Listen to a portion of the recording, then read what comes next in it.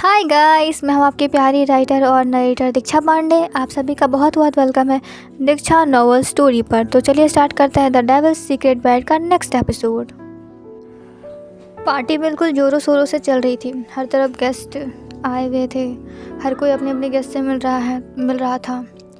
समय अपने business partners से बातें कर रहा था, पर सानवी अकेले पड़ गई थी। उसने मेघा को भी इशारा किया कि मेघा भी ऊपर आए, पर मेघा ऊपर नहीं आई। मेघा नीचे बैठी हुई रही। वो सोची कि लो, तुमने मुझे बताया नहीं ना, मैं यहीं पर बैठती हूँ, मैं नहीं आऊँगी। वो मन में सोच रही थी। और अर्जुन तो मेघा को देखने में बिजी था। समर भी बिजी था। हर कोई अपने अपने में बिजी था, पर सानवी को वॉशरूम जाना था। तो वो समय को इशारा करती है कि समय इधर आए, पर समय उसके तरफ देखता नहीं। फिर जब समय की नज़र सानवी पर जाती है, उसे पता चल जाता है कि शायद सानवी किसी बात को लेकर टेंशन है। तो उसके पास जाता है। वो बोलता है, क्या हुआ, कोई प्रॉब्लम है? हाँ, वो मुझे थोड़ा अंदर जाना था।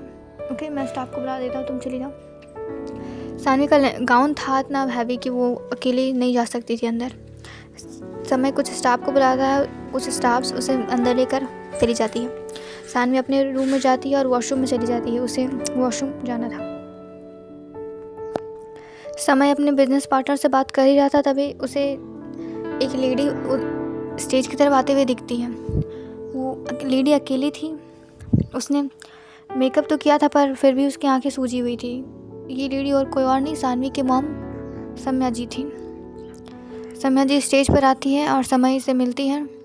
समय भी उनसे मिलता है और वो समय को बहुत ही थैंक यू करने लगती है। बहुत सारी बातें करती है। सम्या जी, थैंक यू बेटा, आप नहीं होते तो पता नहीं क्या होता हमारी बेटी का। हमें तो लगा था कि पता नहीं वो किससे शादी करवा रहे हैं उनकी, पर अगर आप नहीं होते तो पता नहीं हमारे पति किससे हमारी बेटी की शादी करा देते। आपकी वजह से आज ये सब हो पाया है, पर पुलिस उन्हें उठा कर ले गई है। अब हमें समझ में नहीं आ रहा है कि अब हम करें क्या। हम तो सोच भी नहीं सकते थे कि हमारे पति, इतने सालों से हम जिनके साथ थे, वो ऐसी हरकत कर सकते हैं, इतने बुरे बुरे काम कर सकते हैं। ये कहकर उनकी आंखों में आंसू आ जाते हैं। समय, देखिए, आप मेरी माँ की तरह हैं। आप सानवी की मॉम है और सानवी मेरी पत्नी है, तो उसका हर रिश्ता मेरा रिश्ता है। और रही सानवी के डैड की बात, तो उन्होंने काम ही ऐसा किया था कि उन्हें पुलिस पकड़ के ले जानी थी। वैसे तो बहुत पहले से उनके पीछे पुलिस पड़ी हुई थी, पर हो नहीं पाया। वैसे ये सब बातें यहाँ करना सही नहीं होगा। अगर कोई सुन लिया या फिर सानवी को पता चल गया तो वो बहुत ज़्यादा ही टेंस हो जाएगी। समझिए। हाँ, ये बात आप सानवी के पिताजी जेल में, ये बात आप प्लीज़ सानवी को मत बताइएगा, वरना खामखा हमारी बच्ची परेशान हो जाएगी। पता नहीं वो उस इंसान की इतनी इज्जत, इतना प्यार क्यों करती है उस इंसान से, जबकि पता है कि वो हर बार उसे धुकारेंगे ही। हर चीज़ का ज़िम्मा उसके ऊपर ही आएगा। अगर उन्हें ये पता चल गया कि ये सब उनके साथ जो हो रहा है वो उनके कर्मों का तो फल है ही, पर इसके पीछे आपका ज़रा सा भी हाथ है, तो ये सब वो सानवी के ऊपर ही डालेंगे। और हमारी बच्ची पहले से भी बहुत चीज़ें सह चुकी है। बहुत तकलीफ़ में थी हमारी बच्ची। वो तो आप आ गए, वरना पता नहीं क्या होता। प्लीज़ माँ, आप ये सब बातें करके हमें शर्मिंदा मत कीजिए। और प्लीज़ ये सब बातें यहाँ मत कीजिए ना, अगर सानवी को पता चल गया तो। हाँ हाँ, मैं नहीं बोल रही कुछ। वैसे सानवी कहाँ है? वो अंदर गई है, थोड़ा वॉशरूम गई होगी शायद। आप बैठिए मॉम के साथ। हाँ, समय उन्हें अपनी मॉम के पास ले आता है। सौम्या जी उनसे मिलकर बहुत ही ज़्यादा खुश होती है। दादी जी, समृद्धा जी सब एक ही साथ बैठी हुई थी। वो उन्हें भी बैठने को कहती हैं और वो भी वहाँ बैठकर उनसे बातें करने लगती हैं। सौम्या जी, अरे भाई साहब नहीं आए? हाँ, आप तो जानती ही हैं ना कि वो पॉलिटिक्स में है, तो उन्हें कुछ कुछ काम रहता ही है, इसीलिए वो नहीं आ पाया। और हाँ, है इतने बड़े नेता है तो उन्हें कुछ काम हो सकता है। अच्छा, वो हमें बहुत ज़्यादा खुशी हुई आप यहाँ आए। सानवी बहुत ज़्यादा खुश हो जाएगी आपको देखकर। हाँ, अच्छा, सानवी कहाँ गई? वो समय बेटा ने कहा कि वो अंदर गई है कुछ करने के लिए। अच्छा, अच्छी बात है। तभी समय बहुत देर वेट करता है, सानवी नहीं आती, तो वो चला जाता है अंदर सानवी को देखने के लिए। वो जा ही रहा था, तभी कॉरिडोर में उसके मोबाइल पर कॉल आती है पुलिस कमिश्नर की। पुलिस, जी सर, बोलो। वो सर, ये शरण शेखावत है, ये बहुत ही ज़्यादा उड़ रहा है, कह रहा आपका नाम ले रहा है, बोल रहा वो हमारे दामाद है, वो हमें छुड़ा लेंगे और हमने कुछ नहीं किया, वो ये वो बहुत बोल रहा है। अगर ज़्यादा बोले तो जीभ काट देना उसकी। मैं श्रवण शेखावत को बर्बाद करना चाहता हूँ। मैं चाहता हूँ कि उसकी हस्ती पूरी बर्बाद हो जाए।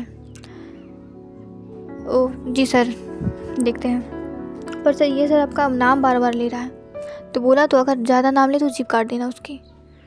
Are you serious sir? हाँ। समय अपना कॉल काट कर पीछे घूमता है तो वो बिल्कुल जड़ हो जाता है। उसे समझ में नहीं आने लगता है कि वो अब करे क्या, क्योंकि पीछे सानवी खड़ी थी और सानवी की आंखों में बहुत सारी शिकायतें थी, आंसू भरे हुए थे उसकी आंखों में। समय कुछ एक्सप्लेन करना चाहता है तब तक सानवी दौड़कर अपने रूम में चली जाती है और अपना रूम लॉक कर देती है। समय सानवी मेरी बात सुनो। सानवी तुम कुछ गलत समझ रही हो। सानवी क्या गलत समझ रही हूँ मैं?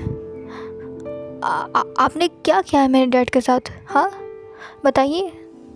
आपने कहा आप उन्हें बर्बाद कर दोगे। आप मतलब आप उन्हें, आपने कहा क्या आप उनका जीभ कटवा दोगे? मुझे तो लगा कि सही में आप मुझसे प्यार करते हो, इसलिए आपने मुझसे शादी की। पर आप तो मेरे डैड के एनिमी हो। आपने उनसे बदला लेने के लिए शादी की है ना? और मुझे पता था कि मेरे साथ कुछ अच्छा हो ही नहीं सकता है। मैं यही सोच रही थी सुबह से कि मेरे साथ इतना अच्छा हो कैसे गया, मुझे इतना अच्छा इंसान मिल कैसे गया, मुझसे कोई प्यार कैसे कर सकता है, जबकि मुझे पता है कि मेरे साथ ऐसा कभी कुछ अच्छा हो ही नहीं सकता। कितनी पागल हूँ ना मैं, थोड़ी सी बात पर खुश रहती हूँ और भगवान को तो मज़ा आता है मेरी खुशियाँ छीनने में। सानवी ये सब बेड के कोने पर बैठ कर कह रही थी और वहाँ बैठे बैठे ही वो बहुत रोने लगती है। समय को भी समझ में नहीं आता और वो सोचता है कि वो गेट खोले, क्योंकि गेट तो ऑटोमेटिक था और वो गेट खोलकर सानवी से बातें कर सकता था, पर वो ऐसा करता नहीं है। वो सोचता है कि शायद अभी सानवी को स्पेस देना चाहिए और वो ये सब बात सानवी को बाद में भी एक्सप्लेन कर सकता है। सानवी बोलती है, आपने मुझसे झूठ बोला ना, आपने मेरी सिंपैथी पाने के लिए अपने मॉम डैड को मार दिया ना। हाँ आपने ये सब झूठ बोला ना। समय सानवी इन सब में मेरे मॉम डैड को मत लाओ। तो क्यों ना लाऊं? आप जब मेरे डैड को ला सकते हो, आप मेरे डैड के बारे में बात कर सकते हो। आपने झूठी कहानी सुनाई ना मुझे मेरी सिंपैथी पाने के लिए। अब समय को भी गुस्सा आने लगा था। समय भी एक गुस्सा गेट पर मार कर जोर से निकल जाता है बाहर और डायरेक्ट वो बाहर ही चला जाता है। सबकी नज़र जाती है कि समय मेंशन से बाहर निकल रहा है तो सब उसे रोकने के लिए आगे आते हैं। सरन जी भी आगे आते हैं। कहाँ जा रहे हैं आप बेटा? डैड वो मुझे काम है। अकेले जा रहे हैं आप? कबीर को ले लीजिए। जी नहीं सर, कबीर। जी सर कहाँ जा रहे हैं आप? सर अभी तो कोई मीटिंग भी नहीं है सर, मैंने जो भी क्लाइंट आने वाले थे उन्हें पार्टी में ही बुला लिया सर। मुझे कुछ स्पेस चाहिए इसलिए मैं जा रहा हूँ। अगर मेरे पीछे कोई किसी ने भी आने की कोशिश की तो मैं उसे गोली मार दूँगा। समय ने ये सब इतने गुस्से में और इतने कहर भरी नज़रों से देखकर सबको कहा था कि सब एक पल के लिए सहम जाते हैं। सब डर जाते हैं कि अचानक समय को हो क्या गया। अभी तो कुछ गेस्ट भी इधर देखने लगे थे, पर रणवीर सबको संभाल लेता है और बोलता है सबको शांत रहने के लिए, क्योंकि वो समझ गया था कि शायद अभी सानवी अंदर गई थी। उसने सानवी को भी अंदर जाते हुए देखा था और समय को भी अंदर जाते हुए देखा था।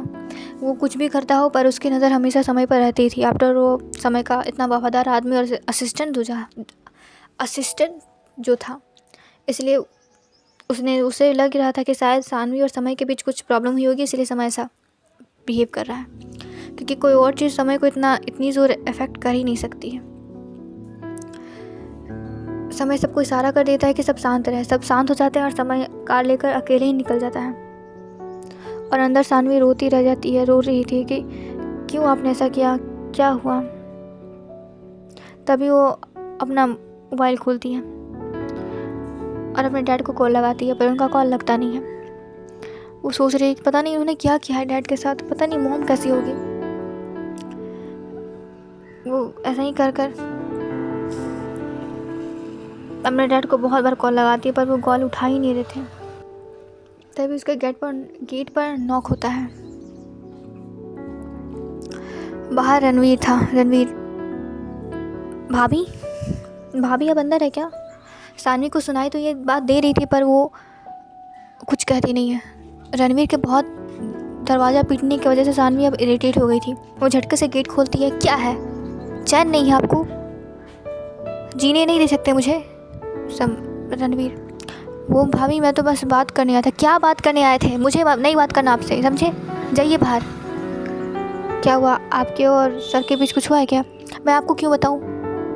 सानवी बहुत ही ज़्यादा बदतमीज़ी से बात कर रही थी क्योंकि उसको वो भी होश में नहीं थी, क्योंकि उसको लग रहा था कि हर किसी ने मिलकर उसे धोखा दिया। उसे समझ में नहीं आ रहा था कि वो किस पर भरोसा करे और किस पर नहीं, क्योंकि एक लड़की सबसे ज़्यादा भरोसा अपने पिता और पति पर करती है और पति ने ही उसे धोखा दे दिया। सानवी ये डाइजेस्ट ही नहीं कर पा रही थी।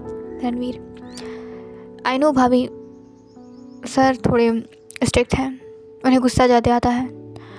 वो कुछ भी करते हैं किसी को बता कर नहीं करते हैं, पर इतना याद रखिए वो प्यार आपसे बहुत करते हैं और अगर उन्होंने कुछ किया होगा तो सोच समझ कर ही किया होगा।